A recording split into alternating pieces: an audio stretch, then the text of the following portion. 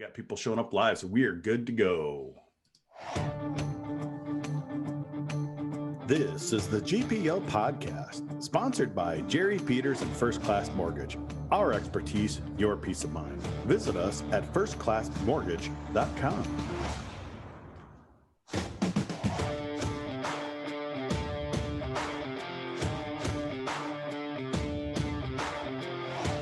Now, here's Jupe and Vigo.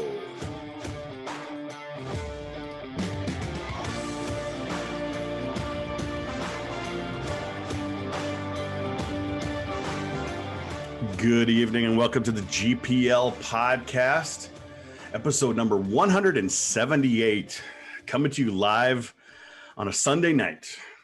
Weird schedule this year, so we're going to have weird podcast times as well. But what's nice is that we can have one of our favorite guests come back and join us, Paul Caponigri from the Big Ten Network and formerly of Ohio State.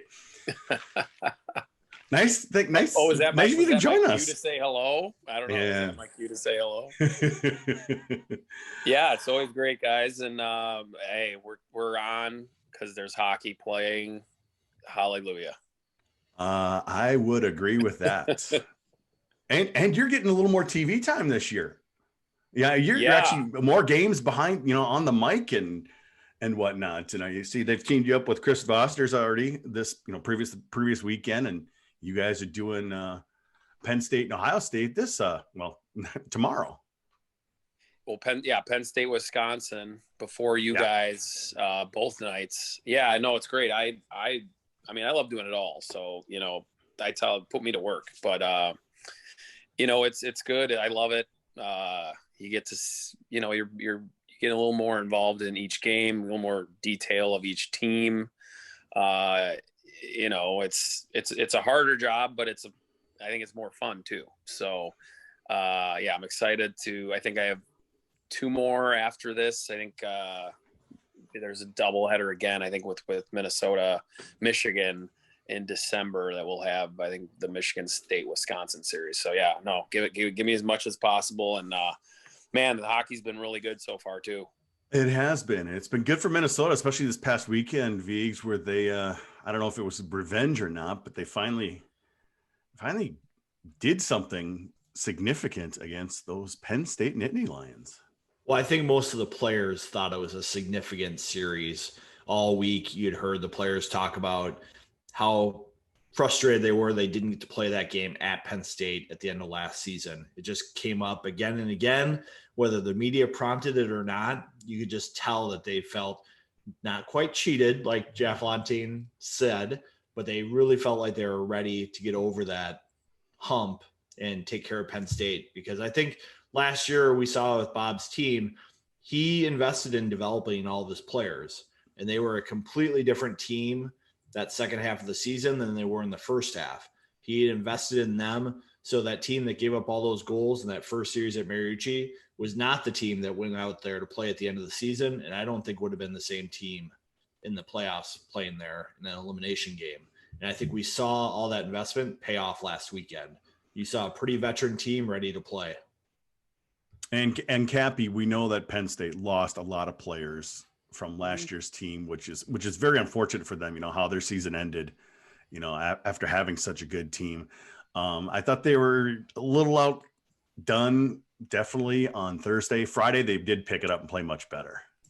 Yeah, I was able to watch that game a little more thoroughly, and they did look better. I think there was a big discrepancy, I think, on Thursday in faceoffs. Oh, yeah. Which is, it's very, that stat, it's brought up, but I think it's very underrated because, you win the faceoffs, you have the puck, you're not chasing it.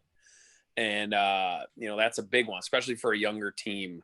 When you don't have the puck, you're kind of like, okay, what am I doing out here really? If you're chasing it all the time. So, I think, Viggs was right. And I was upset last year. I was supposed to be between the benches in that Big Ten semifinal. I'm like, got to be kidding me here. But I think it was going to be interesting on both of those semifinals. You had two teams coming in Michigan and Minnesota, against teams that had the veteran guys and teams. But, we move on to the next year, and I like the way the Gophers played. Yeah, Penn State, they're a little green, and there's not going to be a lot of time. You don't have a lot of non-conference games to kind of get your feet wet or anything. You're right in there for Big Ten right away. And when you go to when you go to the Gophers and you have a lot of freshmen and they're playing on this bigger sheet ice that they probably aren't practicing on at all. And you could definitely see on the power play that Minnesota had their way with them a lot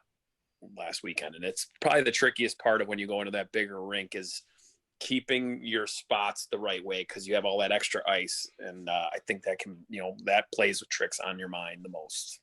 Well, like you guys said, the faceoffs were quite a difference that Thursday night, Vigs, and then much better Friday. But I would say there was just a lot of those intangibles that the Gophers were doing. It seems like they were really aggressive on their forecheck, and it wasn't like past years where they're always seem to be kind of like that step too late. They seem to really clog up Penn State in their defensive zone. Yeah, in years past, I've had the good fortune to be able to watch them practice and prepare for playing Penn State, for all the pucks they throw behind you, for all the forechecks and guys they fly out of the zone, how much pressure they put on you. And Minnesota had been practicing for that in years past. It's not like they came into those series unprepared, but they knew how to execute this past weekend. And I think that was the big difference. They were in the right spots. They were above pucks. They were in the middle of the rink. They made Penn State have to go to the side and slow down. The defensemen never got split up the middle. You just saw all those intangibles pay off because they knew where to be, and so they could play faster. It's a little bit an inexperienced Penn State team, but Minnesota executed their game plan. And Viggs also, I know it's one thing you were mentioning as well, is that it wasn't just the veteran defensemen. It was some of the new guys who were very calm and patient with the puck. Yeah, I thought Brock Faber looked fantastic in his debut. Super confident, low panic point, held on the puck when he needed to, in the right spots, didn't skate himself out of position. It was fun to watch him get right into the play. I think Castor's got a little bit more learning to do about what he can get away with at the Big Ten level. But definitely they fit right in really nicely. All right. So we got some questions coming in already from our chat. Ryan Davis, he wants to know, hey, Cappy, what's your favorite arena in the Big Ten? And what's your kind of favorite moment while broadcasting? Oh, that's interesting. I think my favorite arena is mostly because of the student section is at Happy Valley and Penn State. Oh, okay. Man, they pack that section in, and it's really steep, and they're right on top of the visiting goalie in the first and third. And it's such like when, I heard they did a lot of, research and how should we make this arena. And I don't know if you can make much, more perfect for the size of a college arena. It's about 6,000, maybe go a little bigger, but the way they put that student section and the way they pack it. So obviously you got to pack it to make it look that way, but probably the most fun because they're pretty interactive. And then, broadcasting, and I don't know. I honestly was going to be the semifinal being between those two benches. It was like, man, this is going to be awesome. I think it was going to be Dan and Dave Starman were going to be up in the booth, and then I was going to be right there between. That would have been the one. And that's obviously because it was the semifinal too. I hadn't done a playoff game yet. So One other cool one was when Minnesota beat Wisconsin. I was between. It was Dan and Ben up in the booth, and I was doing kind of like the Brian Boucher role between the benches for that. And you guys the Gophers beat Wisconsin to clinch the Big Ten regular season title that game on senior night against, obviously your biggest rival in the Big Ten. So that was probably the coolest broadcasting moment that I actually got to do. Well, one thing we have this season is that there's not a lot of people at the rink. You've got the camera guys there, but the broadcasters are at a studio somewhere. And it's kind of leads into one of my questions from Drew Cove, our boy Drew Cove, who's been a guest on the show several times. What's your biggest challenges in broadcasting away from the rink? I guess probably the biggest one is not being able to see everything. Mm-hmm. Maybe something's going, you can't have the whole ice cover generally on the camera. So you can't see maybe something that happened behind the play, or a hit, the puck gets shot down and the camera follows the puck, and then but a guy finishes his check, or the check's late, so you don't get those things live, right away. So you might have to wait to see a replay on stuff. So you got to maybe be a little more patient to assume something or talk about something a little bit. And then, to be honest, right now we're not even in the same room, you and the play-by-play guys. So we have FaceTime. We have like this, almost like a Zoom, like on an iPad, so we can maybe like point to each other that, hey, I want to jump in, or that kind of thing. So those are the two right now in this environment that are difficult.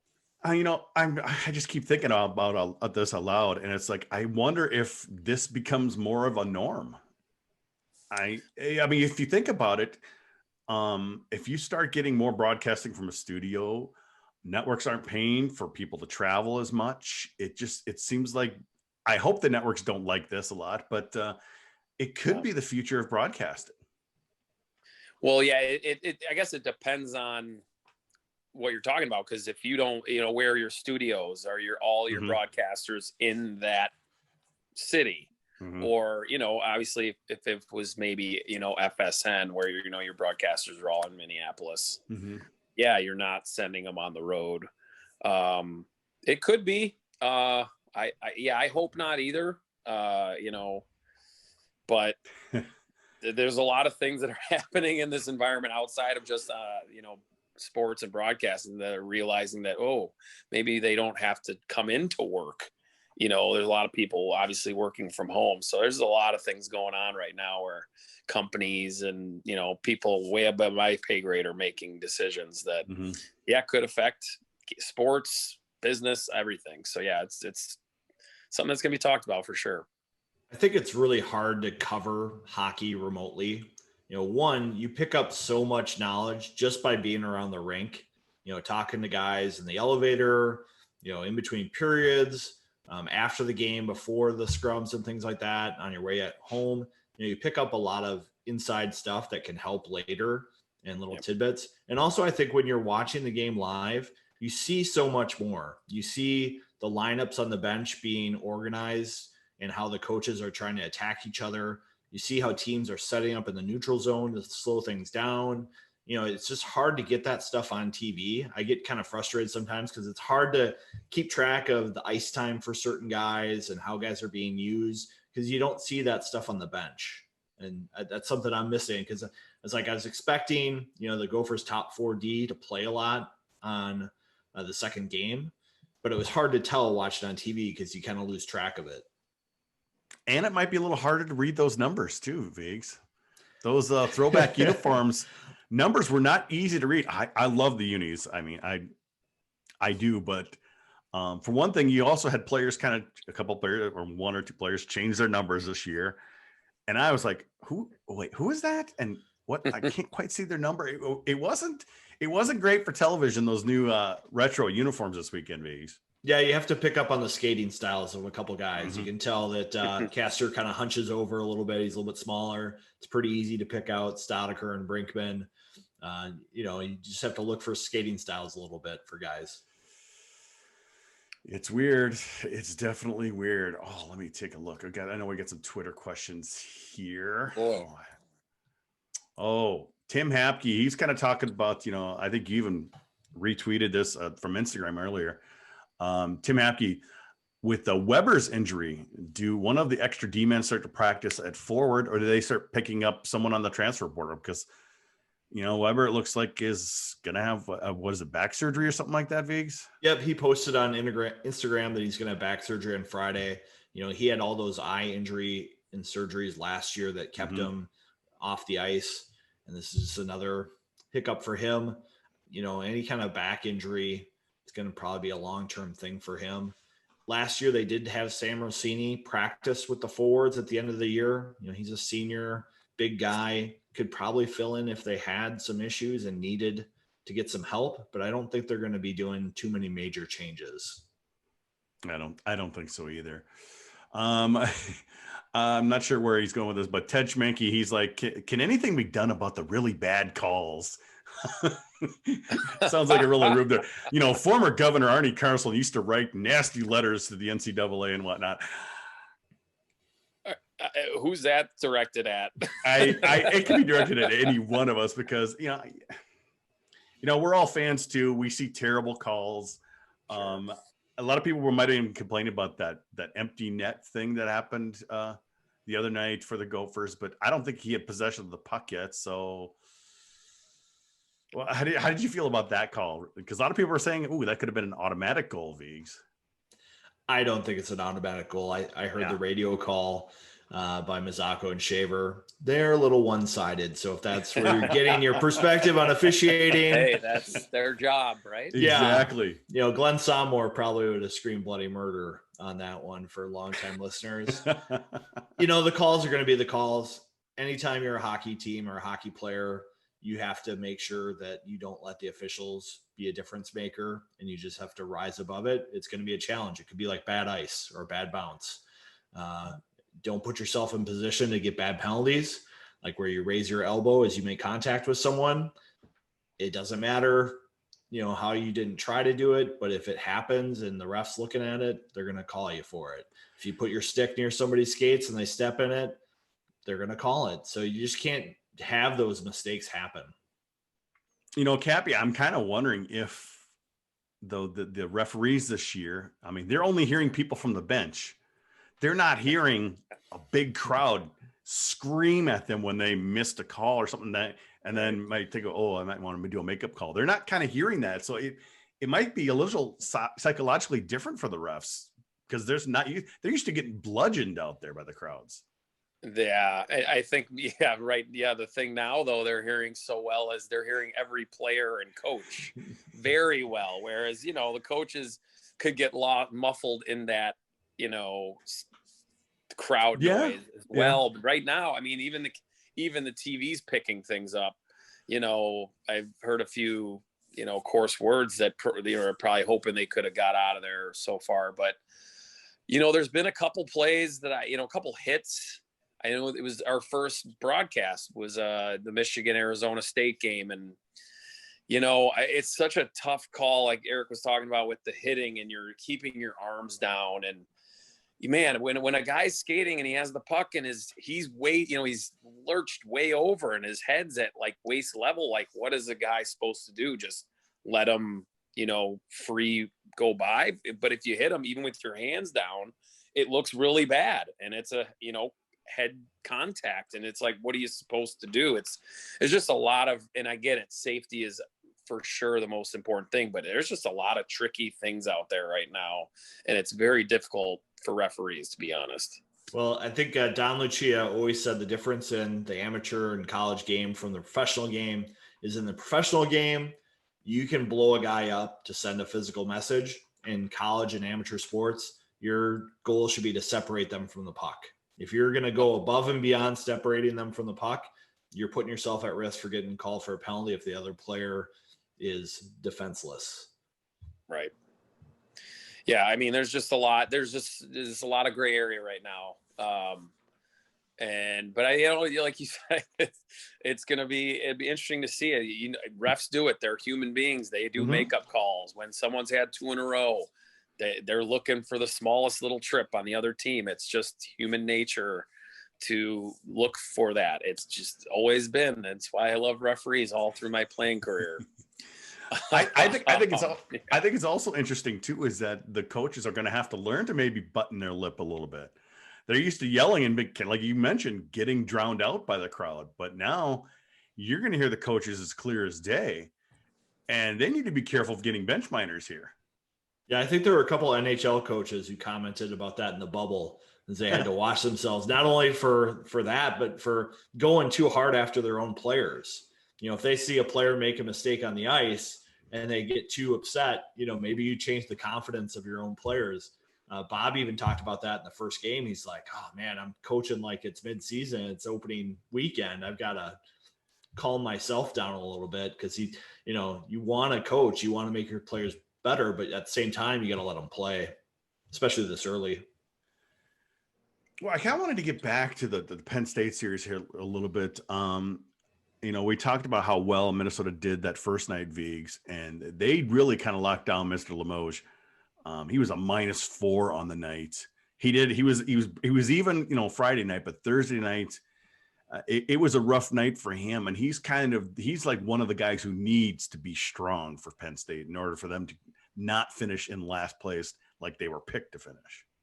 Well, I think it was a good strategy by the Gophers to play a possession offense against him and force him to play defense. Bob said, that was one of the game plans going into the weekend, is put guys out there who could be heavy, kind of that Sorensen Myers type player where they grind it away and they get the puck deep and they make them play at the non-fun end of the ice. Mm-hmm. And then on the flip side, Cappy, you got to see a little Arizona State and Michigan State this past weekend. Arizona State, it's going to be tough for them to win games this year, especially all games on the road. But how do you think they looked? And how do you like this kind of bringing in this team as an associate kind of member just to fill games this year? You've heard it from a lot of people. I think it was a match that worked out really well and is helping everybody, because Arizona State was caught in a really tough spot. They were going to have a tough time getting any kind of schedule. There was just so many, you're as uncertain about hockey, let alone getting it, non-conference stuff. So how is Arizona State as an independent going to find 28 to 30, random games and travel? They're huge travel. Whether they're home or away, someone's going to travel a lot. So, and then it gave Big Ten to get 4 more games. You're playing 28. That's hey, you're trying to get as many as possible besides a 24-game conference schedule. So I think it was a perfect match, as long as, in the Big Ten and the Pac-12 have kind of the same guidelines in terms of safety rules and all that kind of stuff. So they're on the same page there. So that, and in terms of that part, it worked out really well. I think it's going to be tough for them. Obviously you lose your 120, a guy that scored 60 goals in 3 years in college hockey. He's been out the last 2 games. That maybe would have swayed him a goal or 2 here and there. Maybe they would have split with Michigan State. But it's going to be hard. They're staying on the road the first 8 games. So they're going to be on like a 23-day road trip. That's not easy, So, it's going to be interesting this year because there's no pairwise. It's an eye test thing for NCAA tournament, and that's really all they're playing for. So, can they build and get better? I think they will, but it's going to be tough because all their games are hard and on the road. So, it's going to be a tough task for them to go 500, I think. Yeah, you talk about the NCAA tournament. Right now, I want to get to January. Well, I guess I was speaking in if we can get to January and hopefully for Norm. Yeah, it's gonna be tricky. Obviously COVID cases are really skyrocketing right now. Vigs, we heard even Coach even say on his post game, like he was concerned that Thursday about something going on at 10:30. You should have seen me at 10:30 in the morning. He didn't refer to anything. It was kind of interesting when he said that in the post game conference. I'm like, it's like, I wonder if they had somebody who may have tested. Who knows? But it's gonna be like this. All of a sudden, it's gonna be very unknown until last second. I mean, how many games have been get canceled in the last minute this past weekend? Yeah, I mean, we've seen it all around college hockey, college football. It's difficult. Part of the things that make me wonder about a 10:30 meeting, does somebody have symptoms and they're not sure yet? Is somebody coming back from a COVID positive test and they need a negative test that day to play? There's a lot of things that could be the topic of a meeting at that time of day. But he did say everybody for Penn State and Minnesota tested negative and they were good to play, and he was looking forward to it. And I think that's one of the reasons why they're trying to get these games in such a short window. Like we're seeing Minnesota play Penn State, now play Ohio State. They'll take a little break, and then they'll go on their other 4-game trip here coming up. And one thing we're just not going to know, Cappy, is that a lot of these players all around college hockey may have already been sick, and we're never going to know this. We heard just recently that Coach Motzko had it sometime this year. That's true. You could talk about anybody. in the country like that. I mean, if you're asymptomatic, what's, you might have had, you never know. You never knew you had it. So, and especially these young athletes, if they're healthy guys, there's a good chance that they're going to be asymptomatic or barely have a sniffle or anything. So, and that's been the whole scary thing about this COVID thing. I mean, that's what it's been so scary. Yeah, I mean, I knock on wood tonight that we're playing tomorrow. It's that's all you can do. And like I'll knock on wood again, is it's been really good so far. It's and I think these kids they're realizing how bad it was. I think where they're just sitting around and not playing and not knowing, where they're like, the coach has to say, hey, we got to be grown-ups here. If you want to play hockey, you've got to live a quarantined life right now. Because if you don't, all it takes is one person, and it, then it can run rampant. It's crazy. It's sad to say that. But so I think these kids are doing a good job of being disciplined right now. They want to play hockey. They're going to the rink. They're going home. Classes, I think it's mostly online for most schools. So, hey, you do that stuff. Most of their food is taken care of for them at the rink. I mean, it's just amazing the setup. I'm jealous of it. 20 years ago, I'd love to have all that. But I think they're making it as easy as they can to try to keep it safe, and they want to play. The coaches and the staff want to play. The game's going on too, so they're trying to keep it as easy for these guys to stay separated from people as they can. It's going to be interesting. But, the one strange thing about all this COVID stuff is that we just played Thursday and Friday. Now we're going to be playing Monday and Tuesday. And then we kind of get a little break there. And then they're playing a Thursday, Friday, and a Tuesday, Wednesday. So it's going to be these weird, odd schedules. But it's just adjustments that the league is trying to do here, Vigs, to get through this, at least the first part of the schedule. Yeah, and I think we're going to see that second part of the schedule come out pretty soon. You've heard Bob talk about it. They had to figure out the basketball schedule, which just came out in last week. So now that they have that piece, they'll be able to move forward. I think one of the biggest things for these players is the uncertainty of when the season was going to start. It's hard to be disciplined when you don't have a goal. Just think of everything you've done in your life. Unless you have a goal in front of you that you're working for, it's really hard to be on the hamster wheel. And so giving these players, a wedding date with a ring, as Bob would like to say, is really important to keep them focused. And, I think with a veteran team like Minnesota, it's helpful for them. With Ohio State, it's going to be a little bit of a different team this year, isn't it, Cappy? Yeah, I think. Obviously, we don't know. We don't know yet. They're the only team. I was, texting with Leanne. There's SID today, and they're the only. She doesn't really know. I mean, obviously, she isn't in tune with the team, per like a coach. But they haven't played. They're the only team that hasn't played yet. So I think that's going to be an advantage for the Gophers, obviously, especially early on. I think the biggest thing they got for them is in between the pipes. They got, aside from Strauss-Mann, or maybe equal to him, probably the two best goalies, or at least returning goalies, at least on paper right now. So I think they can start in goal and go from there. And I think they have 3 transfers coming into play as well. So, you never know with those guys. I mean, transfers, you look at Bedun right now is doing well for Wisconsin, but they did the same thing a couple of years ago, and it was a disaster in that. So, I think it's going to be interesting. I think they're going to play the same style. They're going to be the same type of team, goalie, defense, keep it low scoring if they can, not beat themselves. So those are the things, the Gophers are for sure going to be the higher skill, higher speed team, but that's, who knows with the first game when they haven't played yet. So it's going to be interesting. I'm looking forward to it.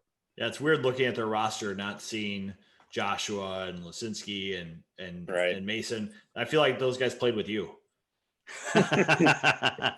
It's funny. We were talking about that with Lewandowski with Michigan State. And when you have success as a freshman and then you end up staying for 4 years, you seem like you're there a long time because, generally the progression is you slowly build up and then you become kind of a name sophomore, junior, senior year. But if you're a name your freshman year and you end up staying 4 years, you do seem like you're there for a millennium, Forever.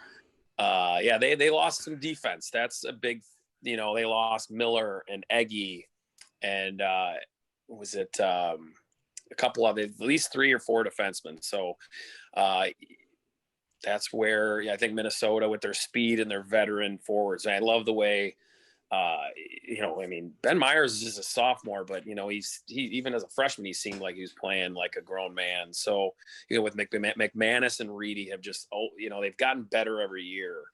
And then, you got Sammy and McLaughlin. I think McLaughlin is a guy that I think could be really good. And I think if he gets a little more consistent, could elevate to maybe the top forward on that team at time, so there's a lot of wealth of forward riches there. And it's going to be interesting to see how if they can exploit the young Ohio State D. Hold that thought on McLaughlin, because I've kind of got some things on him, and I think Vig, you might have some insights. But before we get into that, we need to talk about our sponsor. Hey, fellow GPLers, this is Jerry Peters from First Class Mortgage. Interest rates are near all-time lows and property values are on the rise. Lower your interest rate and remove monthly PMI at the same time to save thousands of dollars. Or use the equity in your home for debt consolidation and home improvement. The housing market is still hot, so make sure you're prepared by getting a pre-approval letter from me before you start shopping. Mention you heard about me on the GPL podcast and receive a $300 closing cost credit. Some restrictions do apply. Call me today at 612-940-3291 or visit firstclassmortgage.com to fill out a free online application. My NMLS number is 480200. First Class Mortgages is 322842. This is not an offer to lock into an interest rate agreement under Minnesota law. First Class Mortgage is an equal housing lender. Of course, thanks, Jerry, for sponsoring the GPL podcast. And, I like how you mentioned Blake McLaughlin there because, Viggs, I know you're kind of like, you kind of felt he really needs to get his mojo back and get playing well. And maybe he just needs to get that first goal or something like that. But he's been struggling even since, times last season. This is like his turn to step up, isn't it? Yeah, Blake is a real streaky player. When he's on and engaged and being that kind of fiery instigator type player, he raises his game to another level. So when he's feeling it and engaged, he can be a really good player. But the problem is if he gets frustrated or if he gets disengaged, he can be behind the play a lot. He can be taking a little bit of battles with guys over the ice that really don't affect the play. And so he's got a big roller coaster game to him right now. And if he can get headed on an uphill track and keep building on that, he can be a really effective player because, as Cappy says, when he's on, he's really good.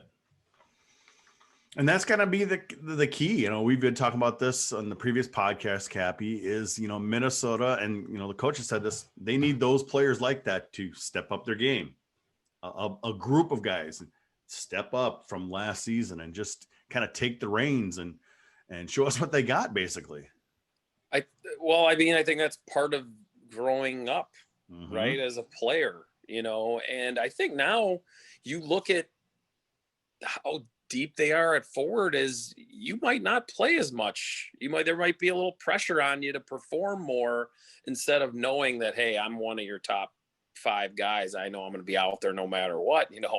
I could see Bob, having no problem saying, hey, you're not going to be out there for the last shift when we need a goal or something. If, you got X, Y, Z, 6, 7 other guys that could be out there. So I think maybe that's something, maybe he needs a little push oh man, I gotta perform or I'm not going to play. Maybe he's had where, hey, I've always been the best player or the second best. I'm going to be playing whether I'm, having a crappy game or not. Maybe it'll kind of, sap him up. And if he's playing on a line with that he's doing with Sammy Walker, that's going to help too. Cause when you're playing with good players, I feel like there's pressure on you to, hey, I got to bring my share when I'm playing with really good players. And I think that's something that maybe could help his game. And then, like I said, just getting older and, more mature and, the more mature you are, the more consistent you can fight through maybe when you're not feeling great the first period. You go, hey, I can still turn this around in the second, that type of thing. And I wouldn't overlook putting Brandon McManus on that line as something that is almost like a bit of a soothsayer thing by Bob to Sammy and Blake. You know, Brandon's a pretty loose guy. You see him on TV, you see him around in interviews. He's got a great attitude to the game. And he also has a great attitude for that line. I asked him about that after the second game. You know, what do you think about when you're joining that line? He's like, you know, I'm a helper. I just got to try to keep up with them up and down the ice and help them be successful and chip in points when I can. And they looked pretty good as a line together. I thought they played much better in the second game than they did the first. And so if you can get them going and that trio sticks together, they're going to be dangerous. You know, one thing that the fans are always worried about and the players have talked about a little bit, Cappy, is the fact that they are playing in front of 0 fans or a couple cardboard cutouts, a little bit of family here and there. Looks like that's getting shut down even more. Have you ever had to play with no fans or anything interesting like that? How would, as a player, I'm just kind of thinking, how would you really adjust? Because it is an adjustment. I mean, not since, minor hockey, really. Once, I left for juniors, there was at least hundreds of people, or whatever. Twin Cities, I think Vulcans were probably the lowest attended USHL games that I can recall playing in. But I think it might come into a factor, maybe if, knock on wood, we're playing in, mid-January, late, the dog days, quote unquote, of the season, where, sometimes that crowd can boost you and give you a little adrenaline rush. Quite honestly, I enjoyed the visiting fans more. I liked we played at Cornell, one of the most fun places to play because their fans interacted with the visiting players and chanted things. And I remember they played the Michigan fight song when we played them one time because Michigan had just beaten us in football that Saturday. We played them at noon and lost to them in football. We came out for warmups and the Cornell band played the Michigan fight song. So those are just those little things. That's another side note. I don't know why the band can't be at the games, but that's, hey, I'll take hockey. But that's some grade A trolling right there. That's pretty good.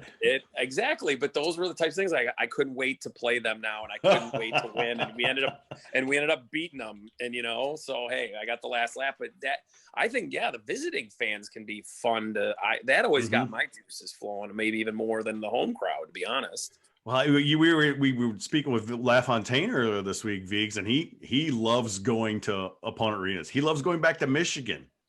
He felt bad. Places.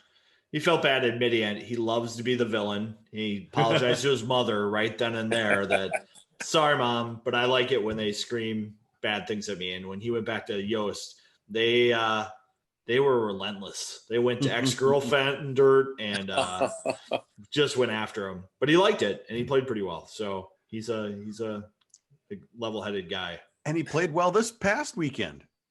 He played great. I think playing 4 games in 6 days is a lot to ask for Jack, even a physical specimen like himself. But he played really well. And I think Bob really wanted to make sure he took care of business with Penn State to start the season, just because it's been such a sore spot for his program against them, that when Jack came out and played well the first night, he's like, I'm going back to him. Said he's probably going to go to Mo here in one of these next 2 games.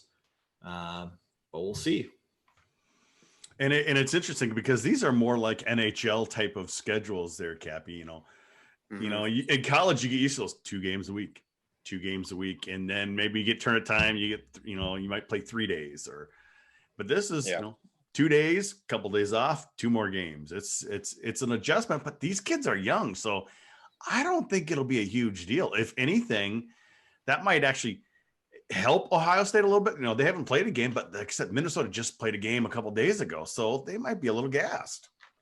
Yeah, I think that it's so early in the season that it's going to be, and plus, I mean, it's mid-November before they play the game. So these guys have been chomping at the bit to play games. Yeah. And at this point, you practiced enough, you're ready to play. So, the thing that'll concern you down the road is injuries, obviously. If you're playing, Friday, Saturdays, a lot of times you might be bumped and bruised and you couldn't play 2 days later. But if you're playing 5 days later, you're okay. So I think now we'll be okay. And I think with Ohio State, that game, I think Minnesota's opportunity for sure is the first night, where Ohio State's might be the second night when they're generally fresh, and Minnesota's in their fourth and sixth nights. Mm-hmm. But yeah, I don't think it's going to affect teams too much now. Let's see when that second half schedule, again, knock on wood that it's happening.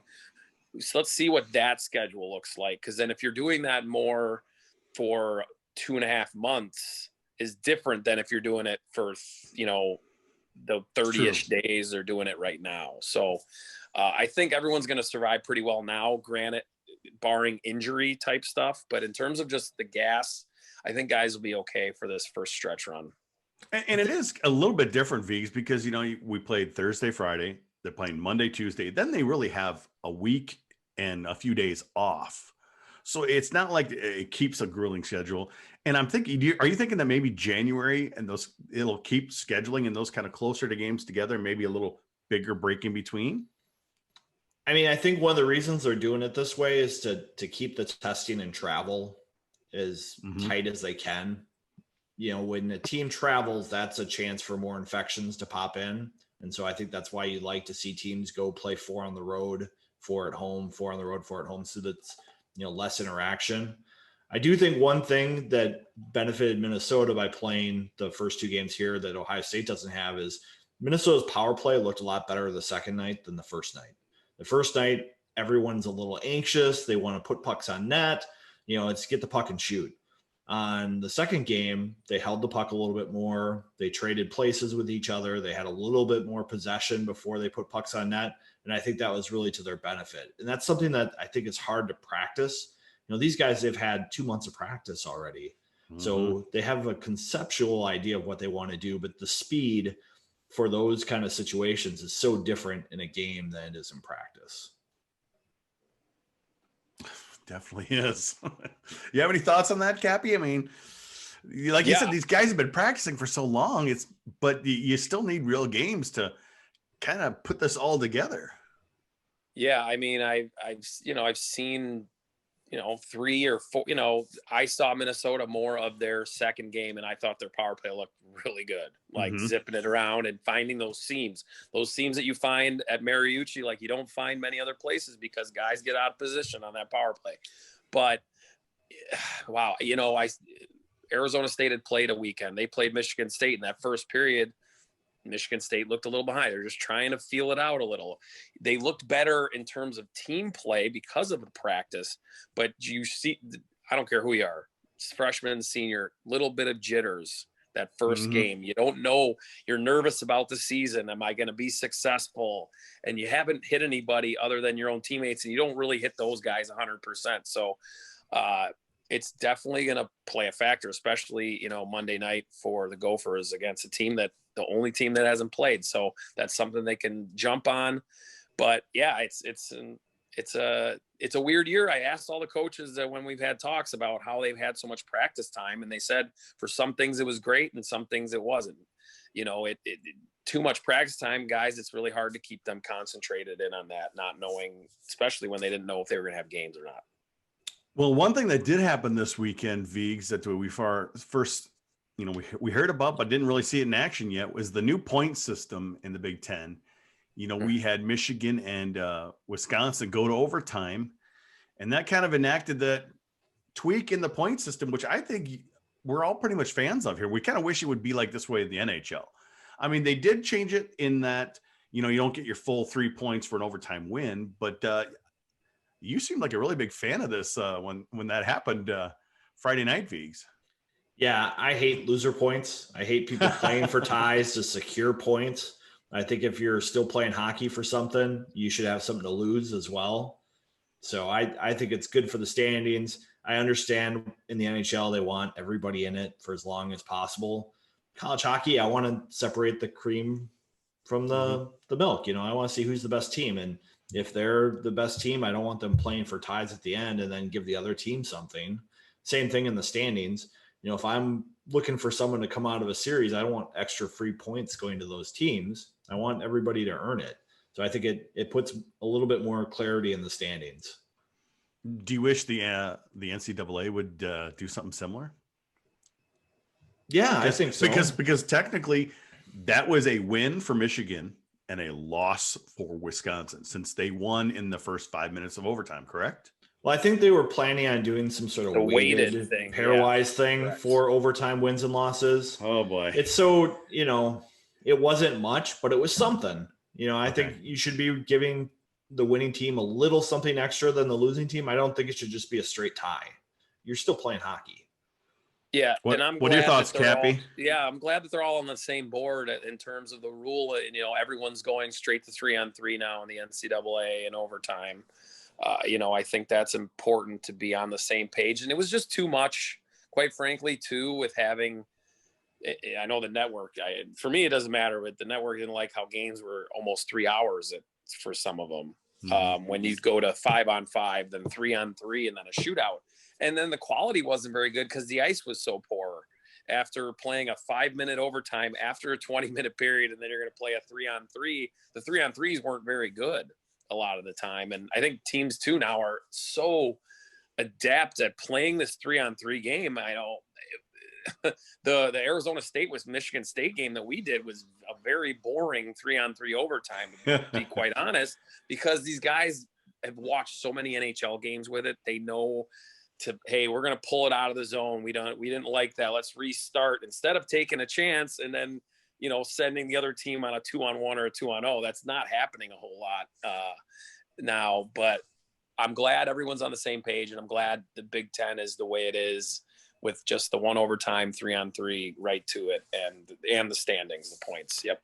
And the only people who haven't learned how to play 3-on-3 are like Zach Parise, Mikko Koivu, Ryan Suter. For all you Wild fans out there, they are staying out there as long as possible. Here we go. Well, there you go. I just had to take that You shot. had to go there, right? There's so many Wild fans who love that, but the players know how to do it. It's a slower game, but it's still fun to watch in the OT. And I thought it was a great ending to that game because it was late in the overtime, and the Michigan player made a great move. It was a great move, and it was great patience by him. He ended up having an open net, basically. I thought it was fun. So yeah, no, I mean that's what's kind of scary about Michigan this year is they're very young, but these young guys aren't playing very young, and they're poised with the puck, and they probably benefited the most of all the practice time, if I were to guess, of any team, is because those guys got a little extra time to get some chemistry with guys they hadn't played with before. But yeah, no, they're going to be dangerous all year, and what's different between that team and years past is they have a goalie now. And that's going to be the biggest thing for teams to get over is not just the skill, but they got a great goalie in the back end. And I think another thing that'll be interesting to see is how college coaches adjust to those young players, because you always see it in baseball is you see how a player likes to hit, and then they don't see that anymore. So players, they'll see certain forechecks or they'll see some sort of neutral zone configuration that they're very comfortable with, and there's others they're not. And I know when Minnesota prepare for Quinn Hughes, there were very specific game plans for how to keep him out of the center of the ice and how to keep the puck off his stick. And so when you start seeing these young players have some habits on the ice, these Big Ten coaches are pretty smart, and they'll start to come up with some game plans to slow them down. And that'll be fun to watch over the season. I think we saw that happen to Sammy Walker his freshman year. Coaches started to play him a little differently, and now he has to adjust. And those elite players, you can't stop them one way. They'll find another way to be successful, and it takes time for that to happen, I think. And we even talked about that, in those previous years with Quentin Hughes, is that they did an excellent job of shutting him down. He wasn't as dominant as he was against other teams that he played against. Yeah, Minnesota had some veteran players on their PK, and they were able to kind of slow them down a little bit. Yeah, that's the question with them is they've got like so many 8 of those guys. So, last year you could see it so many times with Quinn Hughes. I mean, he did not belong in college hockey 2 years ago. I'm sorry. I mean, look what he did in the NHL his rookie year. I mean, he almost was trying to do way too much, and guys would just sit and watch him as he tried to rush it up. And he was great at doing it. But even in college, if you got 3 guys on you, you're not going to work at yourself out. I don't care how good you are. But yeah, this team, you're right. Players will get figured out, but man, they got a lot more guys that get figured out now than just a couple guys. So that's where it's going to be difficult for everybody. And a good Michigan team is good for the Big Ten. Well, and I think it's good for those players that they have to figure out how to work with other players too. Sometimes these guys get to this level, they've been able to do it on their own a lot. And so they have to have that vision and that confidence in their teammates. And that's something I think's developed a little bit. Yeah. And I think that's why I said a little bit about how they've had extra practice time to wow, these guys on my line are good. I thought I was good, but no, they're good too. So I got to step up my game. And I think that's Minnesota's an older version of that. When most of their guys have been there, but depth wise, man, those three lines, I'm a little jealous that I didn't get that assignment come December 8th and 9th. I'll have the other two games, but man, that series is going to be fun. I believe that's at Yost, or is that at Mariucci? It's at Yost. It's at Yost. Okay. Either way, the ice at both arenas is fast, and that's going to be awesome. That's going to be some must-see TV when that's. And actually, a note on the Michigan State series coming up. It's rumored that FSN is going to be picking up those games, folks. So, yeah, Anthony LaPanta is going to be calling those games, from what I believe he released on his Russo podcast. That December 3rd and 4th, perhaps. Yeah, they need a color guy. They tell him, give him my number.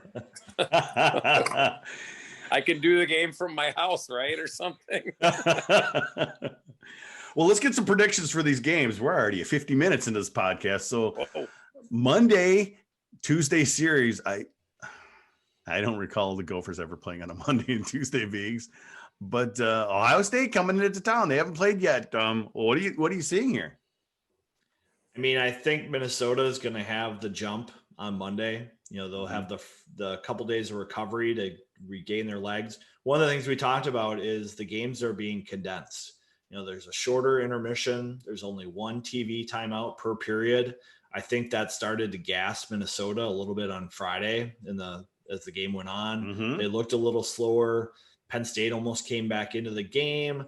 Minnesota took a couple penalties that are maybe fatigue penalties. And I think that could trickle into a Tuesday. But I think on Monday, Minnesota is going to have enough of a advantage to win that game. I think Ohio State, maybe their goalie pulls one out on Tuesday. I'm seeing a split. Ooh, seeing a split. All right, Cappy, your alma mater. How you feeling? I think last year we had a pretty close call. I think we were almost exactly spot on with, I think there was some overtimes and a tie. I'm not sure, or not an overtime tie, but no, close. I'm the same in the first game. I think Minnesota. I'll give you a score, 4-2. I'll go there. I think Minnesota will come out and take advantage of a team that hasn't played. And then I'm thinking more, I could see maybe a 2-1 overtime for Ohio State, maybe in the second game. I think, maybe a 3-on-3, maybe a shootout. So I think Ohio State maybe get an extra point in overtime or shootout on Tuesday. I'm going full homer mode, guys. Go for sweep. Come on. I got to ride this positivity for a little while because right now I'm just hoping we come back in January. So I'm just going to try to ride the positivity as much as I can. And it's going to be building up for that big series at Yost and, in a few weeks down the road where it's going to be, some Titans clashing. It'll be a big series. So sweep for me. I think we're going to see a higher scoring game Monday and a lower scoring game Tuesday. Mm-hmm. That guy behind the bench for the Buckeyes, he can choke down that neutral zone pretty effectively. Rolik's done a great job with that program. I just don't see a lot of goals once his players get their feet under them. Yeah. And then, Tommy Napier, and that's the X factor, he could pull off a 45 save performance, in one of the games, even the first night. So, but I love Minnesota's lineup. Their three lines are pretty powerful, pretty, DeSampo skates so well. He hasn't lit it up yet. I think he's right there to do it. Reedy he left off right where it was last year. So, man, I like their up front. And then Lacombe looks really good, especially Friday. I didn't see as much of Thursday, but he looked like he looked good last year, but he looked like he gained a step, and he's really confident out there. Well, thanks for joining us again, Cap. We're doing this, video thing this year and trying to. This is practice for me for games, Well, there you go. From one to you point to me when it's my turn, and I'm ready to go. Well, I just really appreciate you joining us. You've been helping us out these last couple of years, and it's always fun to have you on when we play Ohio State because, we play them all the time now, so we get to bring. Hey, you I on. told you I'll come on and talk about anybody. I like to talk, so.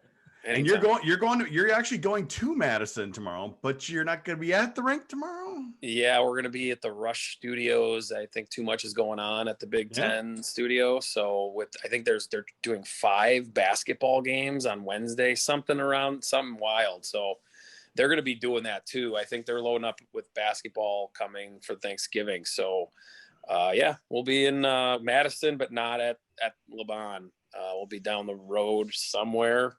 I don't know exactly where the Rush wherever studio the driver is, brings you, you'll be. Wherever the address in my GPS or my iPhone says for me to go. So, but hey, like you guys, I'm watching and I'm working, calling games. I'll take it. You want to send me to Fargo? I'll do it. So, and college hockey is back. I was watching back all and the it looks great. I was watching all the games, the previous games, the previous weekend, Arizona State, Michigan. It was fun watching them. It was fun watching that Michigan State and Arizona State games that you guys were doing. Double header these next 2 days for Big Ten Network. Leading up to the hockey. I mean, this is a holiday week, right? Thanksgiving. Yeah, I love that. It's a bummer that, maybe people aren't going to visit family as much. So, hey, hunker down and you got hockey all week. Watch some puck. It's going to be nice. Yeah. Remember, you could follow Cappy on Twitter at Cappy27. And Viggs, you're doing a little more writing for the GPL this year because, our boy Russo is kind of cutting you in, isn't he? Well, he's a little bored with the NHL, still trying to figure out when they're going to play. Yikes. They might not be playing for a while. They're having a hard time figuring out how to split $1. So we'll see. I'm writing a little something on Sammy Walker for tomorrow. Everybody can check it out on GPL.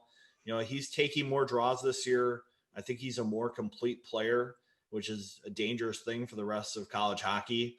He's already pretty fast and electric, but if he gets some more detail to his game, he's going to be a complete player, and you're going to start seeing those minuses disappear. That will be nice. And you can follow Vigo's, writings on GPL, and there's still quite a bit of great stuff he's got on The Athletic from this past season. A lot of great in-depth articles. Make sure you check that out and follow him at evigo on Twitter.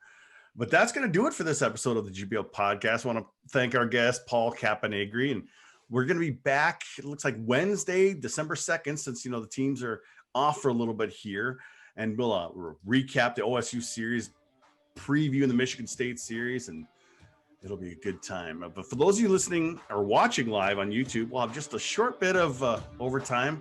For the rest of you, thanks for listening.